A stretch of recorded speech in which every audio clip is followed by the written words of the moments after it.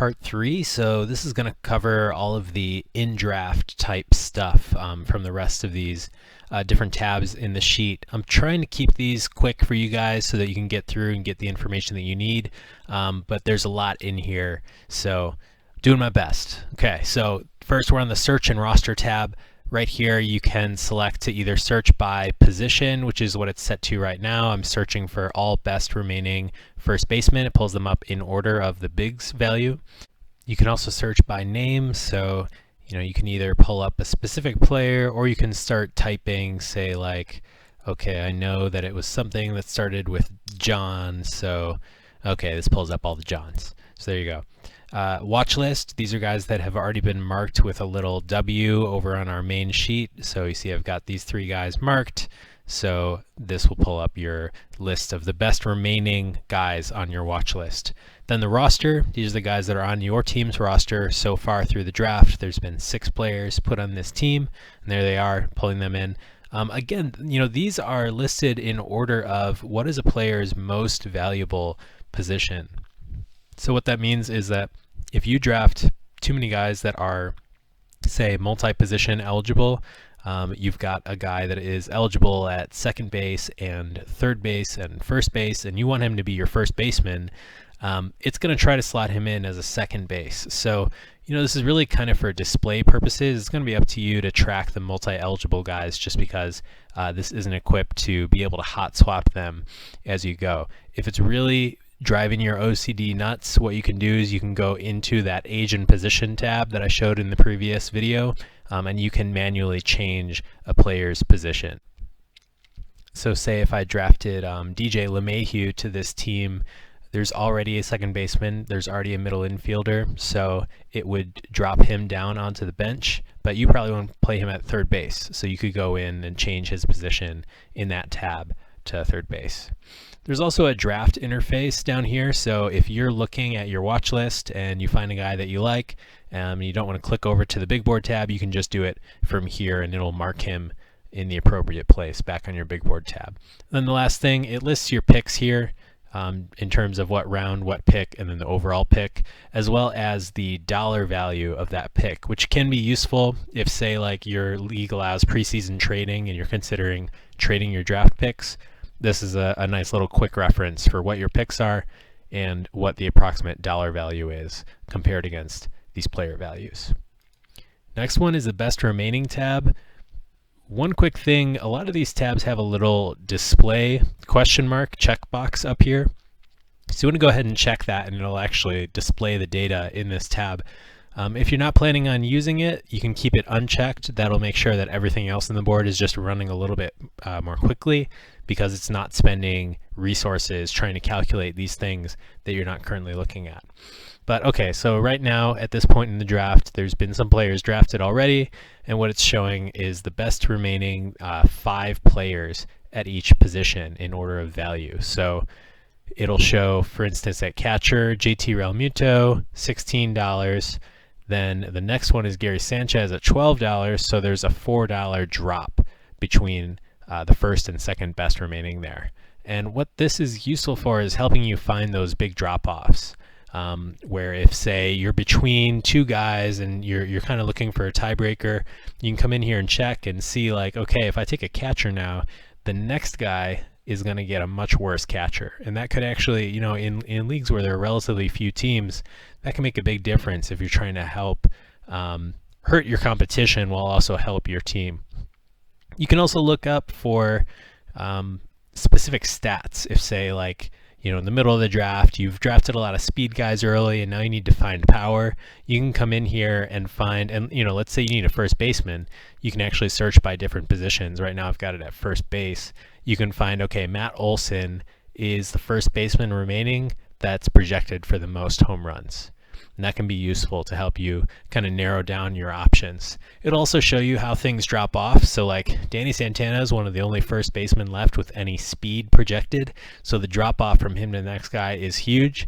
Just don't, make sure you don't overvalue that, because like just because he's a first baseman getting steals doesn't mean that he's amazing. What matters is kind of the overall value that he brings to your team. Again, we've got the draft interface down at the bottom there, and then over at the right, this is a visual representation of the players left at each position and their dollar values. So, this can be a little harder to use on the fly in the middle of the draft to just use at a glance, but this can be useful for your pre-draft planning to see if, for your league settings, are there specific positions that have big drop-offs. So like here, it looks like first base has a huge drop from $12 down to about $7. So you might want to, in your pre-draft plan, think about getting one of these guys, or just waiting to the end and picking up one of those ones at the end. Don't force yourself to reach for one of those $7 guys. The Teams tab, see right now it's not displaying, so I'll click this and it'll display.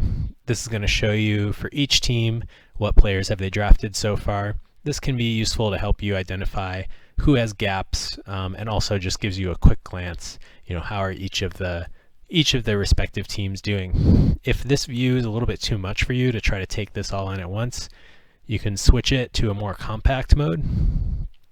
And for me, this is kind of the format that I prefer, because I can look and see who has those big glaring holes of things that they still need to draft, especially when you're in a snake and maybe you're near the wheel and you're next to another guy. You want to know kind of what positions he still needs and what he might be targeting. Standings tab, this one is maybe one of the more self-explanatory. It takes the stats from the players that have been drafted, adds them all together, and tells you how people stack up against each other. Particularly for roto leagues, that can be super useful to kind of know where you stand relative to the rest of the league. Keep in mind that it's going to get a little inaccurate as you start to see like certain teams will have different strategies where they might draft more hitters or more pitchers. And so, if a guy has 4 more starters than everybody else, yeah, he's going to win wins and strikeouts. So just keep that in mind. But this gives you a nice at a glance sort of what things are you missing relative to everybody else, and helps you to adjust that strategy in draft. It also gives you some nice stats like the average age of your team, and the total plate appearances, total innings pitched. You can see how you stack up to everybody else. When you're in an auction draft, there will be more information in this sheet as well in terms of dollars spent, dollars remaining, and max bid that a team can still make. That can be really useful when you're getting down towards the final rounds, the final nominations, and you need to know if you only have $3 left, if you have the hammer or not, things like that. This will track that for you. Bullpen is a quick reference guide, really. This is going to show for each team who are the guys with the most saves projected and the most holds projected.